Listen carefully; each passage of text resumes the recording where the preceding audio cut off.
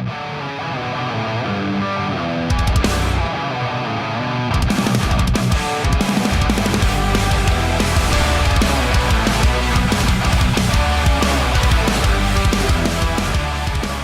are back. Another episode of the Wolves Only podcast. This one's special. This is an international special. And I got my man, Tiny. Dog, this is cool. And I'll tell you, you were thanking me for doing it on short notice. I think you need to understand something about me. Maybe we might have a working relationship in the future. I would hope. But I don't have a calendar. I don't have a schedule. Listen, Tiny, you see this? You see this whiteboard behind me? You showed me this thing yesterday that has nothing on it. It never does. I don't write things down. I got like several Mont Blanc pens, like $500 pens. I don't even, I've never even been opened. I don't write shit down. I don't keep a calendar. Obviously I have people for that, but I do it now. My attitude is always do it now, do it now, do it now. Now listen, this is where I think I'm going to learn a lot from you because hold on a second. We're going to get into this here in a second. Okay. Because you are a monk. So like, serenity, peace of mind. Like this is something that you have taken a lot of time in your life to achieve. I have none of that. My peace is in chaos. Okay. And we'll get into this. 18 holes. Yeah, but I'm still working the entire time. Like there is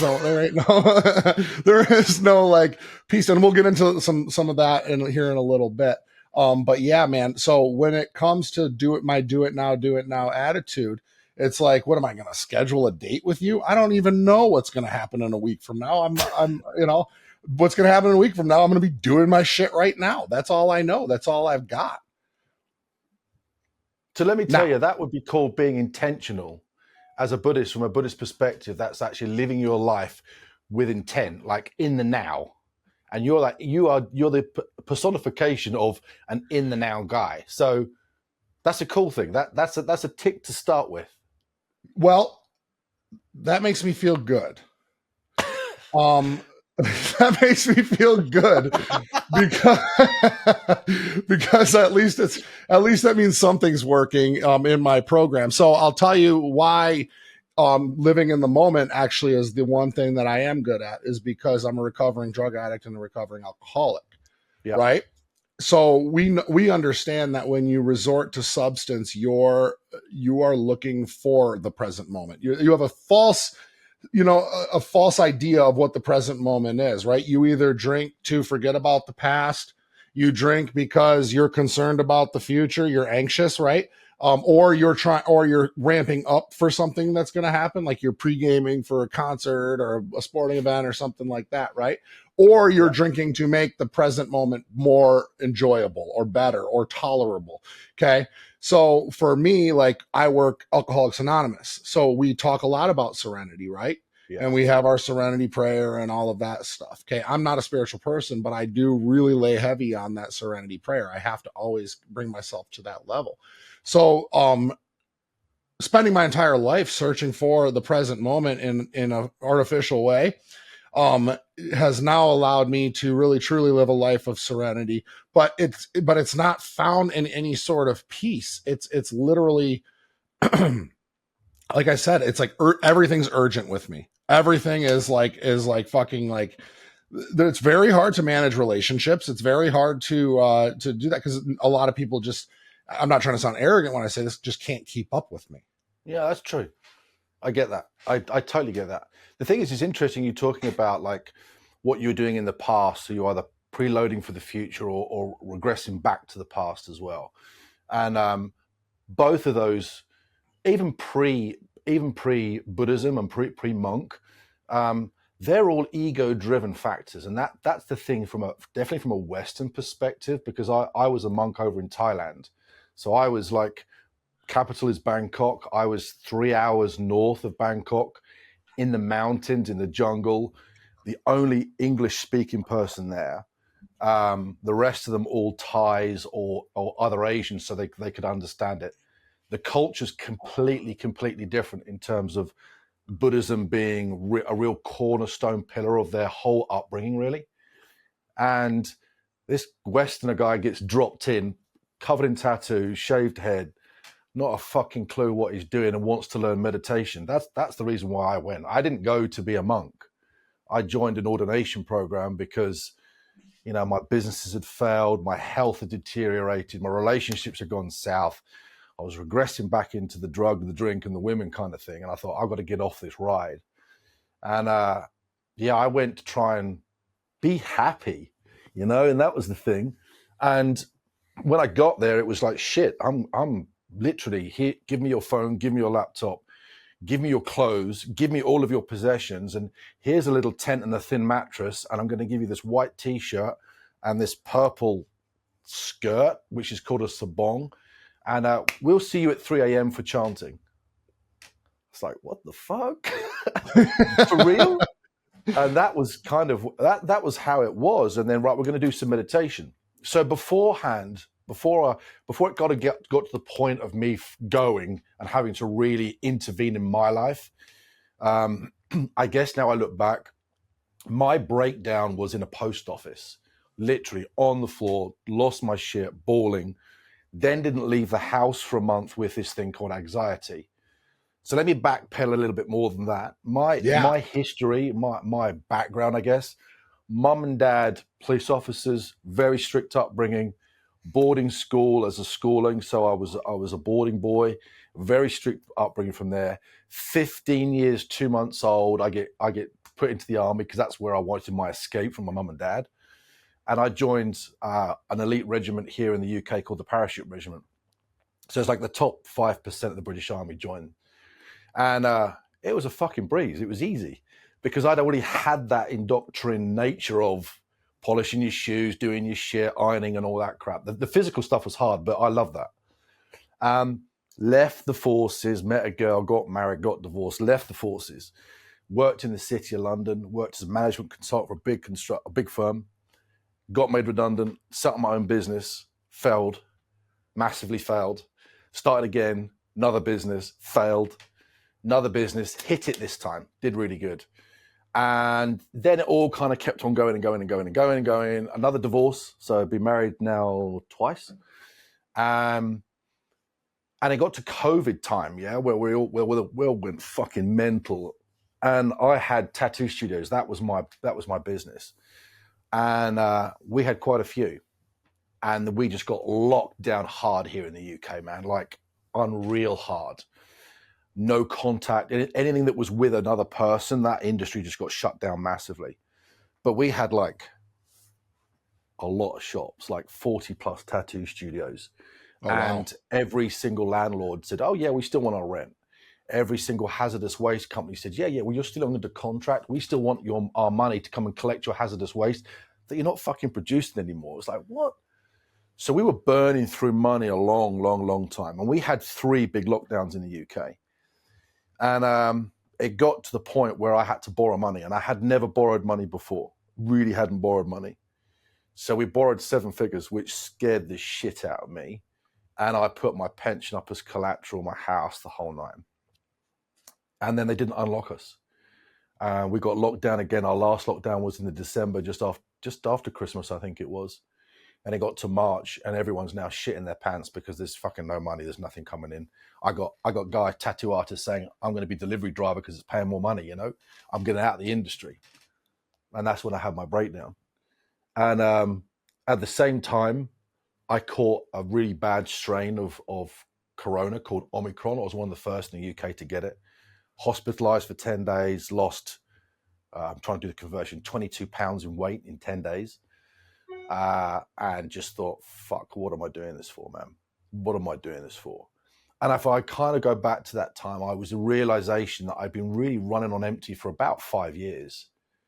And, you know, the signs were always there. Relationships were going south, you know, people were coming and going into my life. Money was great, don't get me wrong. Yeah, if you looked at me externally, you'd be like, this guy's a baller. He's, you know, driving a Bentley, doing the whole night. It was great times, good money. But fuck, I was up against it all the time. And I remember this woman in a post office just gave me some shit about the wrong money I gave her for a postage stamp. and I literally collapsed on the floor, bawling my eyes out. And I thought, I've got to get some help, man. And I started reading about philosophy and about meaning of life. And a mate of mine said, look, go and get some acupuncture. That will definitely help you out. So I did. And he was a really spiritual guy. He said, try some yoga. So I said, okay, I'll give this yoga shit a go. And I'm online like everyone else, goes onto YouTube, how to beginner's guide to meditation, yoga. Fell asleep within 5 minutes, didn't see the end of the video. And this was the thing, I just kept like falling asleep. So I thought, right, you know what? I got to get out of here. I got to get out of the UK. I got to get out of this grind. I was partying hard still. Back on the good stuff, which was great for the time of blocking that shit out, as you well know, man. Oh, yeah. And then the 2 days after going, fuck, what am I doing? You know, those downs, you know, suicidal, the whole nine, and just not a great place whatsoever. And so I thought, okay, meditation definitely has something for me. I definitely feel calm and a bit more in control. So I typed in, I think, meditation abroad or something, and I got these little retreats where there was a lot of Americans go to try and find themselves and stuff. And I thought, that's not going to be good for me, because my personality and an 18-year-old American girl is not going to be a good conducive for my healing. So I then thought, okay, well, what's best? Where can I go that's meditation? And I found a monastery, and I had to apply, and they took me on board. So I literally, at this point, Justin, I was literally on the bare bones of my ass. I was really low in weight, mental health gone through the roof, which I didn't understand what mental health was. You know, ex-forces, ex-discipline, push through for business. I don't know, that happens to other people. You know, these people have anxiety. That means they're just fucking lazy and they just want to be in bed all day, you know? And I didn't understand any of that. And then I thought, okay, let's try this meditation stuff. So I sold my car. That what paid for my ticket and my visa. And I literally had no money. I get to this hotel that I'm in there for 2 days. I had no money for food. I kept going down, stealing bits of biscuits and stuff off the breakfast servings and everything. Literally, it was terrible, man. And I got this taxi came and picked me up, took me 3.5 hours up into the jungle, and beautiful, beautiful. And then literally on day one of the meditation, I did 10 minutes. I thought, wow, I've sussed it. This is me. Meditation's cool. You know, I got it. Nah, next day, fall asleep again. But the monks were so fucking incredible, and they still are. I mean, I speak to them now, not as much as I used to, but we do 2 Zooms a week now, where I can zoom into the monks, which is it's really good for me, and I think that that definitely keeps me going on the level. And quickly, very, very quickly, we had a team of monks that had just come off a 5-year program that they were in the capital in Bangkok, locked in a temple for 5 years, and they were meditating 16 hours a day straight. Just boom, done. Nuts. And I was just like, how the fuck does anyone stay still for more than 10 seconds? Never mind 16 hours. And I'm like, what do they do? How do they go to the toilet? You know, what do they eat? What do they do? I want to know all this stuff. And so they were teaching me and the other new guys how to meditate, how to do it. 5-6 weeks later, I'm doing 6 hours, boom, like nothing. Literally like nothing. It's like when you're in that state, 20 minutes, boom, that's it. And then I came back last year, back to the UK, and I was still doing 4 or 5 hours a day meditation, but late at night, because obviously family life gets in the way and everything else. And now I'm down to about, I would say genuinely, at least an hour a day now. But that's all I need is to try and keep me topped up. So literally I went just to really try and understand what my purpose was, I guess. Because I had the money, I'd had the girls, had the cars, had all the baller stuff. But what's the purpose? What's my drive? What's my purpose? I think that there's a lot of similarities in our story where we just found our purpose in 2 different places. But my breakdown happened during COVID as well. And I was ran car dealerships. That's what I did my entire life. I was an automotive retail. Was very successful in it. Come from an automotive family. We're from Michigan, so obviously it's like automotive capital of the world. Yeah, yeah, Um, but yeah, it was, again, relationships. COVID was, it was not, honestly, COVID was not, it was actually the best time for our business. We absolutely crushed it, but the lockdown, the not being able to socialize, things like that. Now, of course, I still did, but the socializing became, because of the amount of time we had, the socializing became just partying. It was just yeah, drinking and drugs. Like that was yeah, it. And the amount of time that we had, and we ran A and B schedules at the dealerships and things. It was a lot of time, and then you had masks on so you could have booze on your breath and it wouldn't stink or anything like that. um every so cloud. yeah. And it was a failed relationship. It was all the things that just caused me to spiral out of control. I went through a divorce during COVID, and I went through an affair during COVID, and you know what I mean. And it was a lot. And then it came to the point for me where it was a matter of like suicide. And I had also gotten in trouble. Had to go do some jail time up in northern Michigan. I lost my fucking marbles, man. It was terrible. And then it was a matter of one situation where I was like, I'm ready to end my life, and my little brother pulled me out of my truck and saved my life.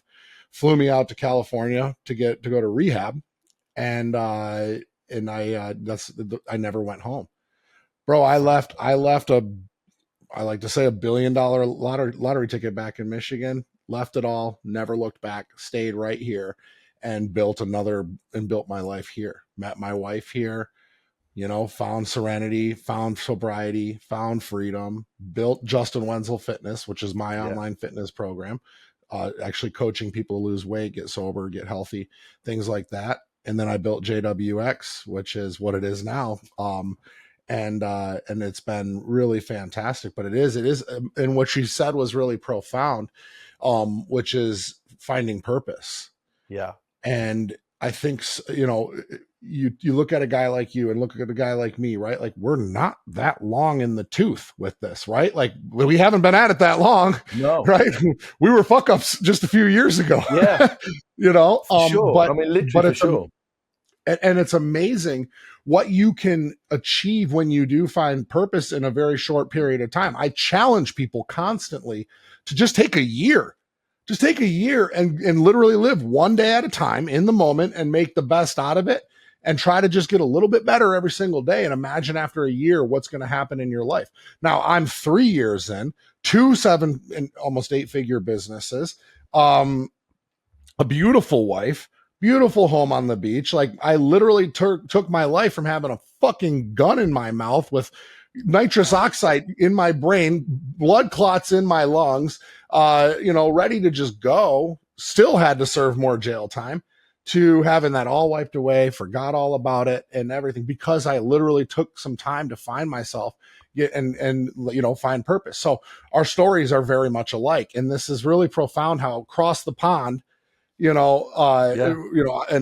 whatever, we're what, 10,000 miles away from each other, yeah. but somehow our stories are so much alike. And I think we've got to um, thank Brian and Cole. Shout out to Brian and Cole for that, because that's how our yeah, connection came together, man. it's really cool. I love those guys. I talk to Brian and Cole almost every single day. And it's Cool. funny because we are direct competitors. I know. We are direct competitors, and we get on Zooms. I tell them what I'm doing. They tell me what they're doing, You and, know and we what? don't That's get. the thing as well, is that someone, I did a podcast last year, and someone said, if you were to write a letter to your younger self, what would it say on it? And first of all, I thought, fuck, it would say a shitload.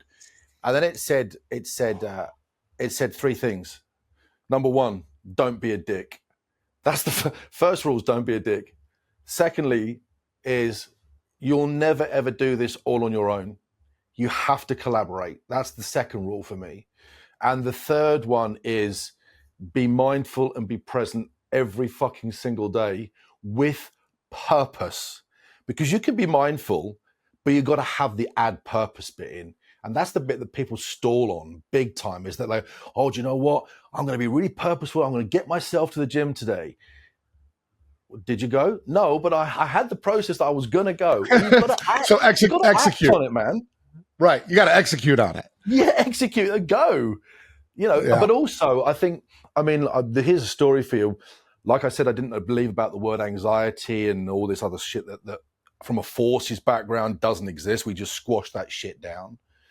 I remember very clearly it was a good month that I would wake up in the morning, alarm would go off, I'd look under the duvet, I'd tap that alarm and I'd put the duvet back over. I was not ready to meet anyone, girlfriend, friends, the whole nine, just got completely shunned. And I couldn't find a way for ages and ages and ages of getting out of this. And the way I did it in the end was I just stopped being so fucking hard on myself. I remember I was like, right, I'm going to go to the gym. And I remember one day I got up in the morning, I had my breakfast, was going to go and hit that gym hard. I found myself 48 hours later, awake for 48 hours later, still in my gym stuff on the end of my bed going, I'm going to the gym. Jesus. And I just thought, what the fuck am I doing? Why am I beating myself up over it? Just fucking chill, just relax on it. And I think that was one of the breaking moments for me, that I thought I need to calm internally and find out what that purpose is and don't beat myself up on it. And Right. so that's now what I teach with my training programs. Obviously I do my nutrition and my fitness, but a lot of it is the mindset. It's like, don't be so fucking hard on yourself. Have the intention and the purpose and execute it. But if, shit gets in the way, but be content that that happens as well. And that's the thing I learned as a monk. I remember we had to give a reason of why we were there when we first started. And mine was the bullshit, really weak one, which was, I want to find happiness. And I'm like, do I really want to find happiness? Is that the key? And at the very end of my program, and I stayed on as a monk, at the end of that program, I was interviewed again, and they said, your word was you wanted to find happiness. How did that work out for you? And I said, actually, I found something way more profound than happiness. And that's contentment. And that, for me now, I do this thing called being bulletproof mindset. And because I'm now, nothing can harm me, nothing can hurt me, because I'm completely 100% content with this outcome being positive and this outcome being negative. I don't give a shit which way it comes, because I'm content with either one.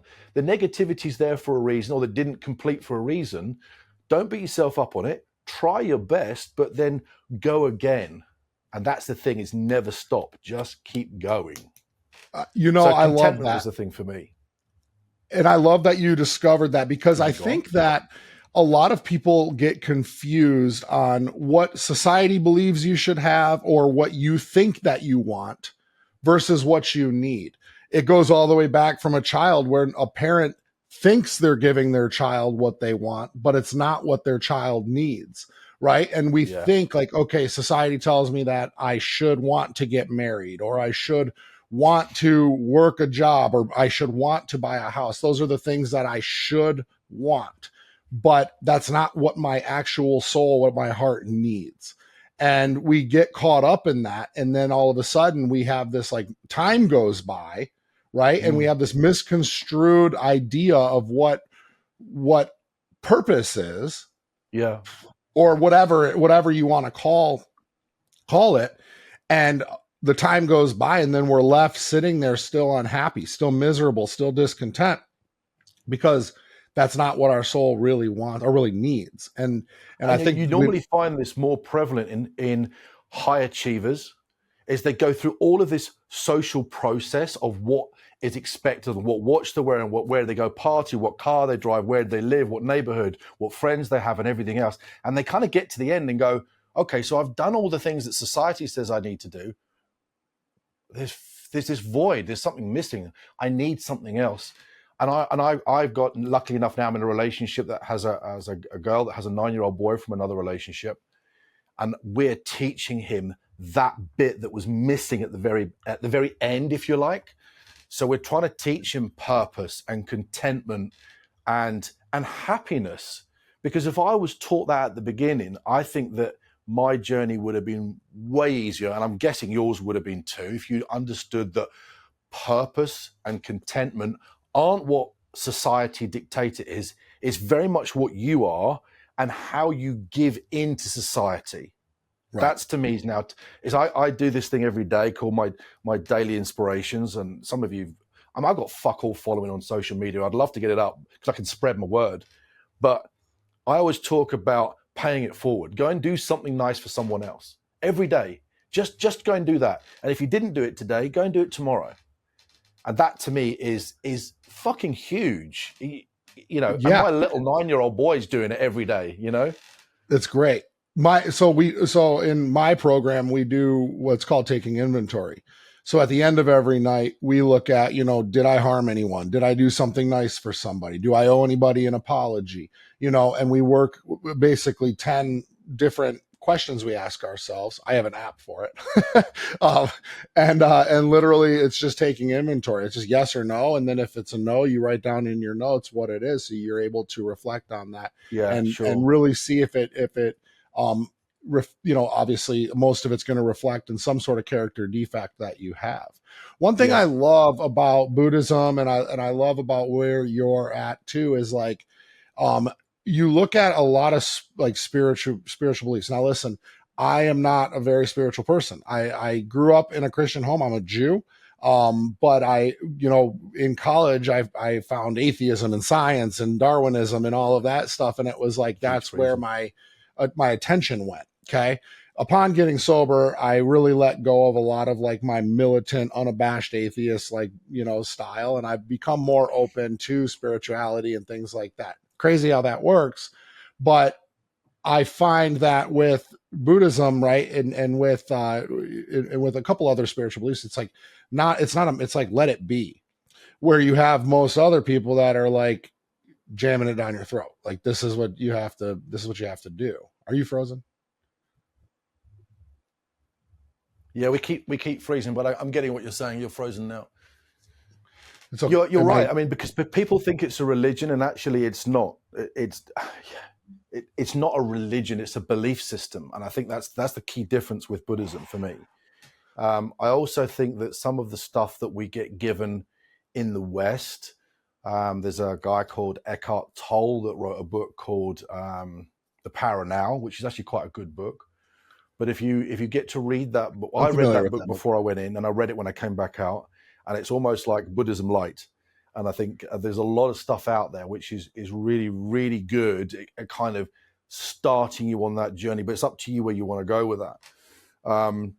So yeah, I mean, I was brought up a Christian, baptized the whole nine, and didn't really do anything with it at all. I did not want to be a monk. That was not the key. But literally, after 10 days, I'm having my hair shaving ceremony, which took them like the shortest time ever because I was already like this. It was time to let it go anyways, huh? They actually had to cut my eyebrows to actually get some of the hair off, because then they obviously shave your eyebrows as well. And then you then get put into your robes, your saffron robes. And man, I tell you what, when I put them robes on for the first time, I was like, yes. And it was just like feeling home, because it was awesome. And then the actual ceremony for the ordination, we had like, I think it was about 80 monks there all around you, and you sit in the middle, and it vibrates. The energy is like, I tell you now, you think of the best hit you've ever had, 1,000,000x that is what it's like. That is genuine what it is like. And the same with really good meditation is that you will absolutely, it defies anything, any substance, any feeling you'll ever get. And that's the addictive part of Buddhism, and that's the addictive part of meditation, is that you want more, you want more, you want more. Right. So realistically, when I got to like 6 hours, I was like, I want the 16-hour tag. I want that badge next. Jeez, yeah. But yeah, so that's the difference. And that's what I'm trying to spread now, is like, the funny thing is that I've been to seminars and conferences, and they've got like a wellness and a breath person there and everything else. And I haven't done any stage work yet, but I'd love to, because I think I'd scare the shit out of everyone if I walked on stage in my tattoos like I am and go, yay, let's go! And give it that energy. And that's what it fucking needs. And it needs someone probably like me to go, do you know what? You can be spiritual. And do you know what? You're ex-forces too. And it's okay to not be okay. You know, mental health is a fucker and it affects men a shit ton more than it does women because women talk all the time. Us dudes don't. That's the thing. We talk about beer, cars, football. That's about it, really. That's all I can think of. Yeah, and we don't share anything else. And so I have a very, very small group of friends now, and we're all on the same wavelength, and we all send each other a message like, hey, man, wellness check. How you doing? And sometimes that'll catch you on a bad day and you think, fuck, you know what? My buddy is out there for me. And so it's just spreading that positivity. So yeah, I'd love to do some stage shit just to get things up and running again, you know, just to scare the fuck out of people a little bit and go, do you know what? I really resonate with this as well, rather than some guy who's been sitting on a fucking cloud for 10 years. Right. What the fuck? I don't resonate with that guy. I don't. No. And the purpose of having even just having a platform, whether it's on social media, whether you have your own podcast, things like that, is obviously to get discovered. And the beautiful thing about discovery and the way that people are nowadays is that they're going to binge you. And I've been preaching this a lot, and why I say, like, you know, everybody should have a podcast. If you have a personal brand, you need to have a podcast, is because this right here is the most credible way to get your name and your stuff out there. You can't fake it's raw, it's genuine. Yeah, you can't fake a podcast. If you try, it's going to stink. And that's where I truly believe it's like, this is an opportunity for people to meet Tiny and for people to get invested in you, right? And then some people are gonna like you, some people are gonna be indifferent, some people might hate your guts. Who gives a fuck? But when the people like you and they're like, man, that guy said something that really hit hard with me, and then it's going to be binge time, right? This is why Netflix is like multi-billion-dollar company, right? Like people binge. They want to do that. And then we're in a situation where we can start conversations, right? Yeah. And that's where lives get changed. Yeah. And that's the age that we're in. So yeah, doing stage work, you know, building up your personal brand, putting yourself out there at this level is profound, and it's not going anywhere. It's not going anywhere anytime soon, at least. And this is going to be huge for you as you found what you have found. Thank you, brother. I appreciate that. Although you did freeze halfway through. So I just made up the shit you just said, and I just kind of... You're going to get to hear it back in a little bit, because it doesn't actually freeze in the recording. So okay, cool. Yep. It'll because it records as it goes. But either way, I don't want to spend any time talking about that. This is a live podcast. No, that's great. So right now, you know, you're coaching. What else are you doing? So this is the reason why I've got this cool tan. We've just come back from Egypt. My future wife to be and my little boy. She's also a personal coach, but she's way more famous than I am. So she deals within motorsport more. And she's a phenomenal coach in terms of women. She's ex-bodybuilder on stage. She wrote a book about it. She's been on TV, yada, yada, yada. Shout out to The Naked Warrior. If you want to see my missus, it's The Naked Warrior. Go and have a chat with her. She DM'd me. She's like, I can't wait to hear you guys' chat. Ah, sweet. Well done, babes. So we were over there with her. She was doing some free diving. So she was doing like an instructor course out there for 2 weeks. And so I got to spend a lot of time with the little boy, and we went off scuba diving and quad biking in the desert and just having a fucking great time. We were supposed to be... I like that scuba diving. It scares the shit out of me. Oh, man, you got to be in the now, buddy. Listen, here's the deal. I'm a mouth breather. I heard, you're going to give me the shark attack shit now, aren't you? No. There's that. You know what I'm talking about. That was potential. That was just potential. Okay. No, I am a mouth breather. I'm very selfish with oxygen. Okay. So I'm afraid I'm going to suck that tank dry, you know? You'll be fine, mate. You'll literally be fine. So I've taught scuba for like, a long time, 25 years plus, something like that. So if my 9-year-old can do it, you can do it. There's a challenge there. There's a challenge right there. Yeah, that hits the ego pretty hard, right? But no, so we did that. But the funny thing was, we went for 2 weeks. And the whole idea was because of Brian and Cole, we spoke to them the night before we flew out, after we'd been burned by 3 mentors, and we got onto their program. So we're like, shit, we've got all this work to do now. Got to go through all their program. We hit Egypt. We landed in Sharm. We then got our little private taxi up to this little tiny place called Dahab, which is like the free diving mecca of the world. People die there all the time in this thing called the Blue Hole. But me and the little lad did it, so it's all cool. And literally for the first week, I did fuck all. I literally did nothing. I didn't work out. I just ate. I had a beer every night, which is really unlike me. I read a shitload and I slept. That's all I did for a week, and play with a little boy. And the second week, I thought, I'm going to have to get back in the gym. I went back in the gym, and do you know what? After 1 week of doing nothing, I lifted heavier.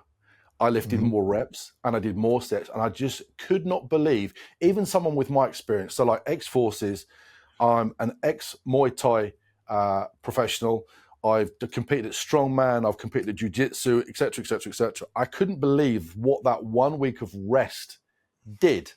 Oh, yeah. So then I went, okay, what does that look like in terms of my mindset now? So the very next day, I had a really good early morning meditation on the beach. My wife's doing yoga with a little boy. They're going off free diving. And I was like, right, intention day. This is the day where I'm writing shit down now. And I'm really positive about it. Mate, we blew up the second week. We filmed so much content for her YouTube channel. It was phenomenal. We met people out there that we're now going to do an international wellness retreat for 5 days in Egypt, doing all things yoga, breathing, meditation. So that's all been jacked up for March next year. And it just went mental. And everything kind of just aligned. And I thought, you know what? This is the rest. And so we're trying to now bring that. We've been back a week now. We're trying to put that in every day, to have that moment, that time, to be intentional as well. So it's an intentional time of not doing anything. So if that resonates with people, I'm doing a lot of that as well. You know, it is. There's something to be said about that, because like you hear these like extreme coaches, like these David Goggins guys that are like, you need to train every day, like 75 hard, blah, blah, blah, blah, blah. And that's where I was always at. And my coach prescribed me, scheduled me, what the fuck ever. He set me up with 2 rest days where I just do a little bit of cardio. And the way he broke it down to me, and he's bigger than anybody ever. And he was like, look, he's like, think about it like this. You know, you train for an hour and you're sore for 2 days, right? Yep. Like typically you're sore the next day, but your most sore day is the day after that. He's like, so imagine, you know, it takes 1 hour to create that much recovery time, right? He's like, so when you're just stacking, like your body's trying to recover constantly, it's like there's no growth there. There's just stress. That's all there is. Right. And for me, and I talk about this a little bit, where like I was jacked when I was a cokehead. I was jacked when I was a drunk, right? Like I used to be a big fat guy, got in the best shape of my life, but I was jacked when I was in it, right? So for me, a lot of people, when they get sober, they find or when they let go of their vices in general, they find their addiction turns into fitness. Well, that's not an addiction for me. I don't go to the gym to clear my head, right? Yeah. That's not how I leave the gym feeling better. Obviously I understand science, but it's not the purpose of it for me. I go there so I can continue to look good and have a healthy body, but I don't enjoy it. It's not like, it's like something that like, I'm like, fuck yeah, I get to go lift weights. Like, no, I'd rather not. I'd rather podcast. I'd rather read. I'd rather do other things. But then I found the rest days and I was like, whoa, my body grows during this time, but my mind is relaxed. Like I'm not doing something I don't like to do. And then I actually end up enjoying the gym more when I go back after my rest day. So, and then I've also heard guys that take a week off and then next thing you know, their strength and all that, your body needs it. And we all know this as coaches. That's the weird thing. We all know that, and that's what we prescribe to our clients. But do we fucking do it? No, we fucking don't. And I'm like you. Claire and I are very different. So like Claire has to move. If she does 2 days of no movement, she has to get up and move. So she's like, this morning she's doing laps in the swimming pool and all this sort of stuff. I'm like, snooze for a bit.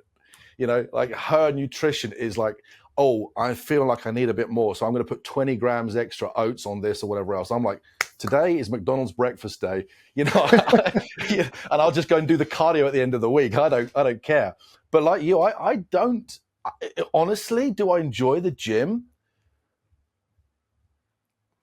Yeah, no, you know, I like lifting 400 plus kilos on a deadlift easy days.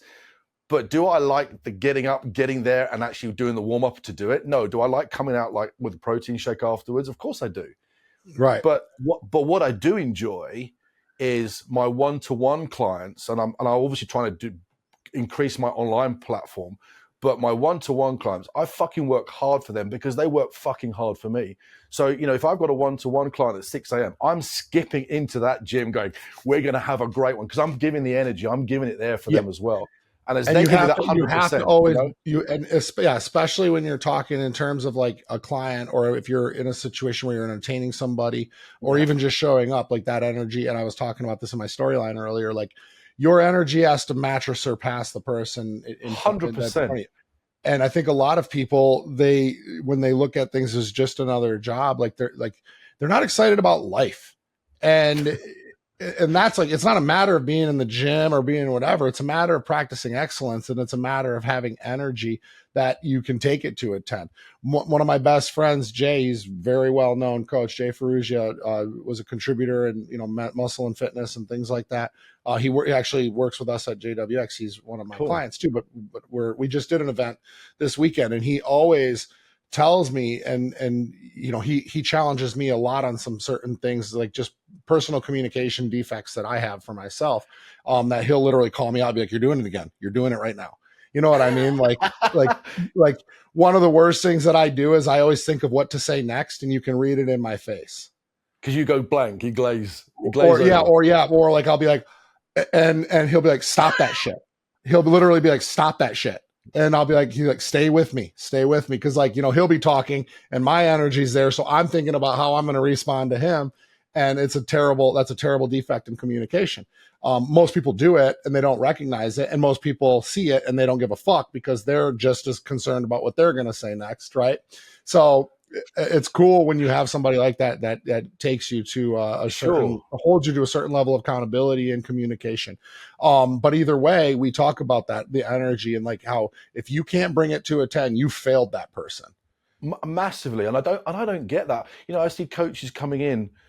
I don't want to talk negatively about people in general, but you see coaches going in there, they've still got sleep in their eyes, their hood's up, you know, and they'll sit down while their client's sitting up doing a set of something. I'm like, dude, what the fuck are you doing? You know, that's the way you want to teach. That's fine. That's no problems. That just makes my job actually way fucking easier, because I'm the bunny jumping around the gym. And, you know, when my client's PBing or PRing, as everyone calls it now, you know, I'm the loudest person in that fucking gym. You know, I'm whooping and hollering and everything else, and they're loving it, you know. Yeah. I just love, and that's the thing now. You know, I was a PT in the forces, and then I did a conversion course when I came out and everything. And then I'd actually realized that actually maybe this is what I was really supposed to do, is to actually empower people to be better, both physically and nutritionally. And maybe I had to go through all of the shit that I went through to really understand the mindset, to go, actually, you know what you're doing here is going to get you so far, but you're going to plateau. And probably because you don't have the knowledge and you don't have the skills or the hacks, what you want to call them, you're going to fall off the edge of that. Now, I'm going to help you in remap you, make you fucking bulletproof. So when it happens, you realize it first and you then put positive action so it doesn't happen. Then you can thank me. And that's exactly right. I think that the best thing about mentorship is, like, you want to hire a mentor that's been through a lot. You want to hire a mentor that's failed a lot. And because you learn more from what not to do than what to do, you know. Can I ask, in the States, do you get many 19-year-old life coaches? Yeah, it's a thing. It's kind of hard to we get a lot here. Yeah, it's like hiring a fat trainer. It's you know, you said nothing was off limits. No, I don't give a fuck. It's true. I mean, I see some people and I go, the fuck have you chosen them as a coach for? And you know why? It's because they don't actually want to be trained. They want to have this social tag of, I've got a trainer. And you look at that trainer and you go, what the fuck is that trainer teaching that person? Right. I heard a conversation like this is a true story. I heard a conversation Tuesday this week in the gym. It was a client talking to a PT, both females, which doesn't matter, by the way. But it was like, do you know what? Oh, my nutrition's been really bad this week. I'm like off 1,000 calories a day off my plan. And I just, on my if they did turn around and see my face, because I'm quite expressive, they would have seen the shock and horror. And the coach goes, "Oh, it's okay, babes, it's fine. We'll catch it up next week." I'm thinking, how the fuck are you going to catch up 7,000 calories? It's like 4 days of not eating or shit. What the fuck? Yeah, that's not going to work. So a lot of times what I say in this situation is that these people aren't coaches. They're good salespeople. And that's a scary thing. Like, you have to be a good coach, you have to be a good salesperson, but to be a good coach, you also need to fulfill. You need to provide a great experience. You know what I mean? And you need to have, the most important thing of all is results. So some people have the sales part down, and then the fulfillment, the experience, and the results don't matter, right? Yeah. And that's unfortunate, and that's what gives our industry a really bad rap. Yeah, that's for sure. But that's the same as every industry. So I think a lot of people take things so personal in their own industry because they see it. You know, I see, like, it's a breath of fresh air when I have like Brian and Cole doing what I do, right? And what I do what they do. But then you have other guys that kind of look like me that are a foot shorter than me, that whatever, that are completely like tarnishing the name of mentorship because, you know, and I'm sorry to say it, but it's fucking fugazi. It's not real. And they're making guys like us look bad who show up every day, who maybe I don't have a Bugatti. Okay. I can't fit in a fucking Bugatti. I'm 6'5", but I do have nice things. And I do very well, but I don't do that well, but I still show the fuck up because I actually care about being a coach. I care about being a mentor. I care about being a fucking leader. And it's the same. It scales all the way up from like the personal trainer in the big box gym, all the way up to the successful coach, to the coach's coach, to the business mentor. It does, like, you have to have those things, right? And unfortunately, people just care about sales and acquisition, and then fulfillment, experience, and results takes a back seat. But it's short-sighted. It's very short-sighted. I've never had a client. That's not true. No, that is true. I was going to say, I've never had a client that's come to me for mindset that then I've taught PT and nutrition. I've never had it that way around. I've done it the other way around, where I've done mindset, PT, fitness, and nutrition, and they've gone, actually, I want to learn more about the mindset stuff. So that's actually quite interesting, because my avatar's actually professional men, women, probably 38 onwards, that are time poor. That's kind of my avatar for the one-to-one guys. And I try and take away all of the stress, all of the fucking aggravation, go, actually, we're not just going to just sort this, and this out, but we're actually going to try and make your mindset better as well, and actually give you a purpose. And that they love that. No, and I think a lot of people need that. Most of my clients, like, anybody can sell bench press, squats, deadlifts, and macro diets, right? Yeah. But I think the best coaches, in terms of selling to fulfillment, the best coaches sell on what people want and give them what they need. That's true. That's really true. You know, and again, because we are sales heavy, this industry, you have to be a good salesman to float. Otherwise, you're going to fucking sink. And also, the other thing I was always taught as well was, you know, back in the old days, was like, never give anything away for free. You don't do anything for free. I mean, give everything away for free, as far as I'm concerned. Because, do you know what? If you want to learn how to lift a weight, go on fucking YouTube. It's free anyway, but you won't. If you want to learn mindset, it's probably on YouTube anyway, but you won't actually do it. So that's the bit that I'm doing. And that's true. You have to have a personal investment in it. But here's one thing that differs probably between me and most other coaching mentors, is that I preach high ticket. I teach high ticket. Okay. So, like, for myself, a fitness nutrition program, just fitness and nutrition, for 90 days is $7,500 US. And people are like, how the fuck? Right? How do you sell that? Where like guys sell the same exact thing for $300 a month. Yeah. And my thought process is a couple things. One, I'd rather make my dollar off of 4 quarters and not 100 pennies. Two, if I have somebody, if it's actually easier to sell a high ticket program than it is a low ticket program, believe it or not. And three, you get better quality individuals. For sure. Let me tell you how the guy that pays the $300 invoice pays the $300 invoice. So, can you just quickly go over once more, like, what exactly am I getting? What exactly do I like? And then how much time is this going to take and all that? Now, let me tell you, when I send the $7,500 invoice, I haven't even clicked send yet. Yo, man, I already got that wire over to you. It's all set to go. Just get me all set up whenever you have time and I'll take care of it from there. That's the difference of the type of individual that you're working with. And those are the two conversations, how they always go. Wow. With your occasional outlier, but yeah, of course. But for the most part, the guys that I work with that are like, and I made the mistake when I first got into this by just taking anybody and everybody and writing cheap programs and trying to make more and do all of this. And it was like, dog, I'm trying to be fucking Planet Fitness. I don't know if you guys have Planet Fitness over there, but who wants to be Planet Fitness? The reason Planet Fitness is successful is because they bank on the fact that they're so cheap that people are going to forget about it and they're never going to actually go. So they don't have to update their equipment. They don't have to do maintenance. They don't have to do everything. It's a brilliant business model of course. for Planet Fitness. So the gym that I work in, actually Claire works in there as well. And we are the most expensive trainers for no other reason than when you get someone that is really serious that comes and goes, who's your most expensive trainer? And they go, Tiny and Claire. They don't even bother looking at anyone else. But where we still want to go through that process of actually, can I actually add value? And will I get the result I want from that client that they don't know that they want at that time of signing up first? That's the key for us. Yeah. No, and it is important. We don't, but to be fair, we don't do high ticket like you're doing. So can someone get in touch with JWX and get me on the fucking program quick? He's been wanting me on the program, but I'm like on the fence.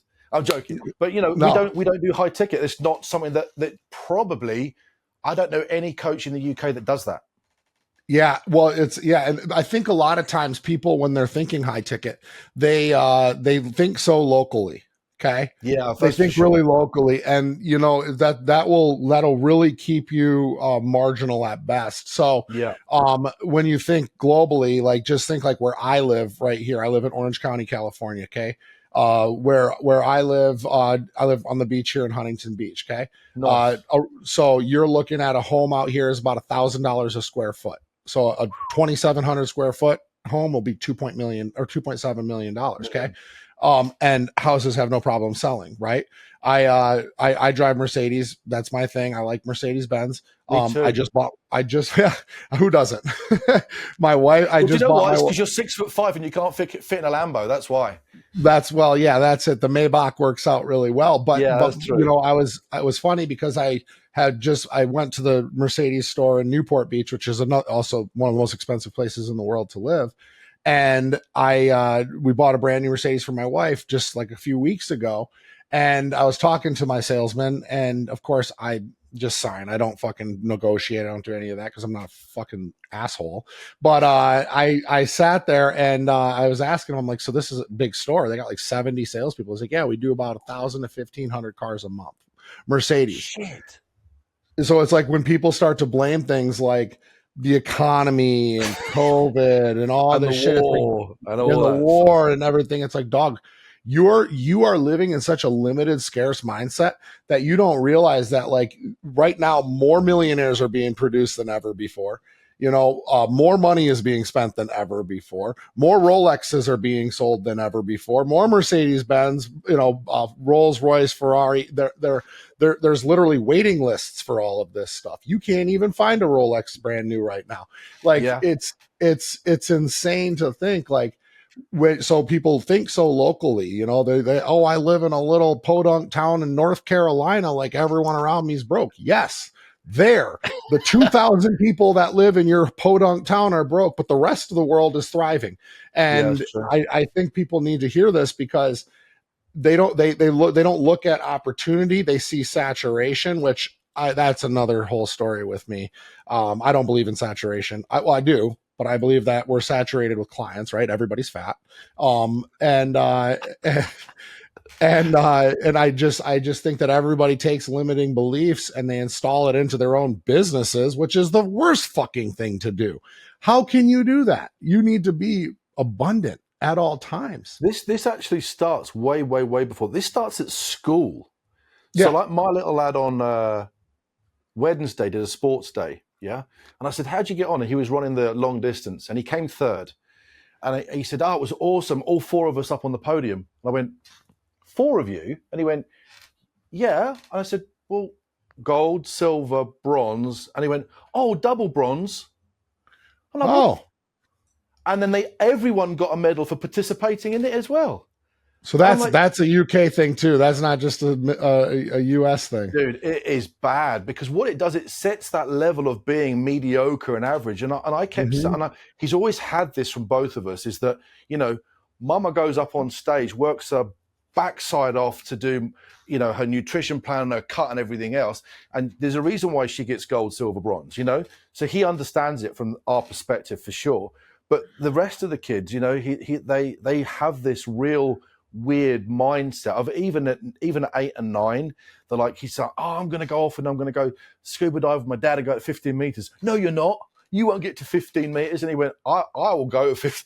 And he's there like swimming before me getting down there. He's that driven to do that. And I'm like, The competitive that edge. kid's fucked for the rest of his life. He really is. Or he'll be an absolute fucking winner. That's it, and I think society wants us to be that. You obviously, the world needs mediocre people. We have to. That's what we survive off of. I joke. My famous joke is not famous, but whatever, is we can't all be ice cream shop owners. We need somebody to scoop the ice cream and to wear the funny fucking hat, and ask you on a waffle cone or a sugar cone, whatever. Like, you need those people, right? But you can be the best at that job. Well, yeah, be the best at that job. Well, yeah, absolutely. Start your own ice cream company, like so on and so forth. But the point is that like we want people to be slaves to society. We want people to be mediocre. We want people to. Think about this. Even still, like the Democratic Party in the United States. Okay, they give just enough. Right. The whole goal of it is to give just enough so that people don't revolt. Yeah. They're going to keep you poor, but not too poor. Yeah. So you don't revolt. Now, I'm not a political person whatsoever. Okay. I'm not. I don't pick a side. I don't give a fuck. I'm not a bored person. I think political people are typically just bored. Okay. And they live a life out of their own control. But I do think that it's pretty evident when you look at like where we want to position people, and we do a good job of doing that. Right, to where like you need more people to rebel in the sense of saying, I'm going to be great. I'm going to actually take a risk. I'm going to take a leap. I'm going to bet on myself. And they actually do it, or they fail. But in my eyes, most people don't fail. They quit. That's another conversation. Yeah, but or they allow other things to drag them down. Right. So anyways, we could go on for days about this. Sure. And but I do have to wrap this one up. We're hitting an hour right now. Tiny, man. So when somebody's looking you up, what's the way to find you?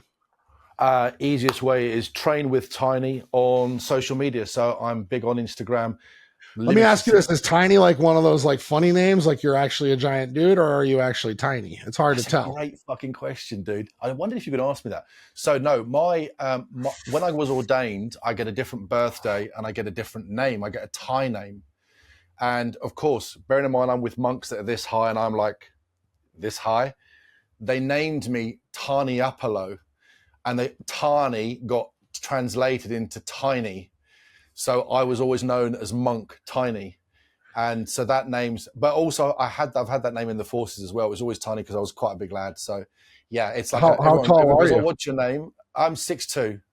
Okay. And what I'd be, I'm exactly 101 kilos, so about 225 now.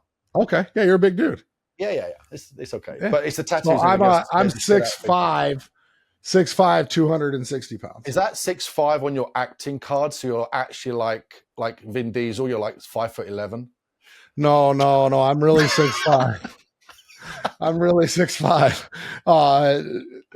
No, I actually I'm SAG, a Screen Actors Guild actor too, though. But we can go into that. But I have to get on another call, bro. Another time. I love you, dude. This was really fantastic. I love you too, Justin. Thank you for the opportunity, man. Absolutely. And we'll catch you guys. If you guys like what you saw, make sure you click like, make sure you subscribe. Go check Tiny out. We'll put all of his contact information out down below in the comments. And definitely go check out Tiny on Instagram at Train with Tiny. And we will see you guys next time. Thank you.